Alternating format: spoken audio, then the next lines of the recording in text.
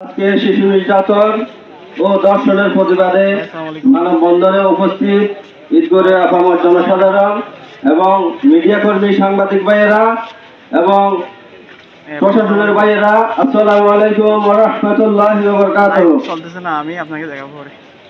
গত 13 তারিখ অসহায় কৃষক, দিনমজুর মহিলার একজন পঞ্চম শ্রেণীর ছাত্রী ঈদগড় বাজারে শাহ মেডিকোতে চিকিৎসা নিতে আসলে উক্ত ফার্মেসি চিকিৎসক, পল্লী চিকিৎসক সেলিম বাদুর শাহ বুমের ইঞ্জেকশনের মাধ্যমে ওই ছাত্রীকে ধর্ষণের চেষ্টা করে।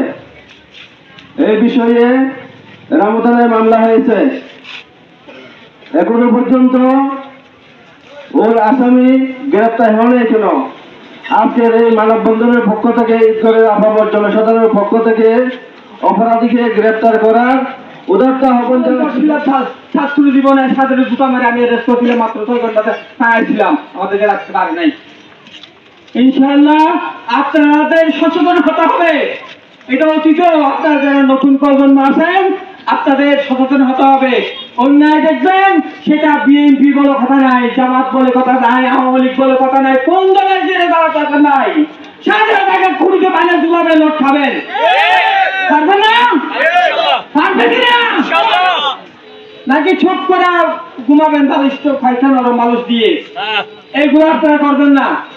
অন্যায় করবেন, অন্যায় প্রতিবাদ করবেন, যতক্ষণ পর্যন্ত হক কথা সত্য কথা বলতে পারবেন, কালকে কিয়ামতের মাঠে আপনার জাহান্নামে যেতে হবে। যদি বাঁচতে চান সত্য কথা বলবেন, সৎ পথে চলেন, মানুষকে ভালো দিক নির্দেশনা দেন, কাউকে গালি গালাজ দেওয়ার দরকার নাই, হবে না। বর্তমান চেয়ারম্যানের টাকা দেওয়ার জায়গাতে হয় নাই। কেন হয় নাই? মানবতা বিপন্ন হয়েছে। আমরা তার বিরুদ্ধে আন্দোলন এখানে না, সারা বাংলাদেশ করতে না, কেন করা হয়েছিল? আজকে সেই গরিব অসহায় মেয়ে বিদায় আপনারা নিরন্তর সরকার ভাষাটিতে পালন করছেন। ধর্ষণের প্রতিবাদে বিভিন্ন সামাজিক অঙ্গ সংগঠন অংশগ্রহণ করেছেন। তাদেরকে আমি প্রথমে ধন্যবাদ জানাই, বিভিন্ন অঙ্গ সংগঠনকে। আমরা সবাই দর্শকের বিচার চাই, এবং দর্শকের বিচার যদি না হয় তাহলে আরেকদিন আরেকজন এভাবে শিশু নির্যাতন হবে। সে শিশু অসহায় ফ্যামিলির হতে পারে, নেডি ফ্যামিলি হতে পারে। তাহলে তার জন্য যদি আমরা প্রতিবাদ না করি, প্রতিবাদ করে না তুলি, তাহলে আজকে এরপরে দেখবেন আরেকটা হচ্ছে, দিন দিন এটা শিশু ধর্ষণ বাড়তেই থাকবে। মামলাকে দর্শন করে ছেলে পাড়া গেছে সৌদি আরবে, ওখান থেকে আসার পর দাড়ি টুপি রেখে বুজুর্গের বেশ লেভেল করে আবার এবং এগিয়ে কাজ করতেছে। আমি জানাচ্ছি, এবং এই বাজারে যে আবার যে দোকান চালু করতেছে, ফার্মেসির লাইসেন্সটা বাতিল করা হোক। হ্যাঁ, যদি ভবিষ্যতে দোকানটা বিচার না হয় পর্যন্ত আবার যদি দোকান খুলে, আমি আগে আসবে দোকান টাঙার জন্য। আমাকে এই দোকান কোন সাথে করতেছে ওরা, বিচার আগে হতে হবে।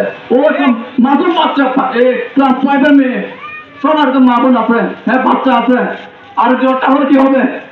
আমি এটা সঠিক বিচার চেয়ে আমার বক্তব্য শেষ করতেছি। আসসালামু আলাইকুম। আসলে অত্যন্ত লজ্জার বিষয় এই যে আমরা আজকে এমন একটা পরিস্থিতি এসে দাঁড়াইছি, আজকে আমাদের করেও মা বোনরা ধর্ষণের শিকার হচ্ছে। সত্যি বলতে আসলে অনেক কষ্ট নিয়ে এই জায়গায় এসেছি। 1 2 3 4 প্রশাসন জবাব দে, আমার বোন দোষিত কেন?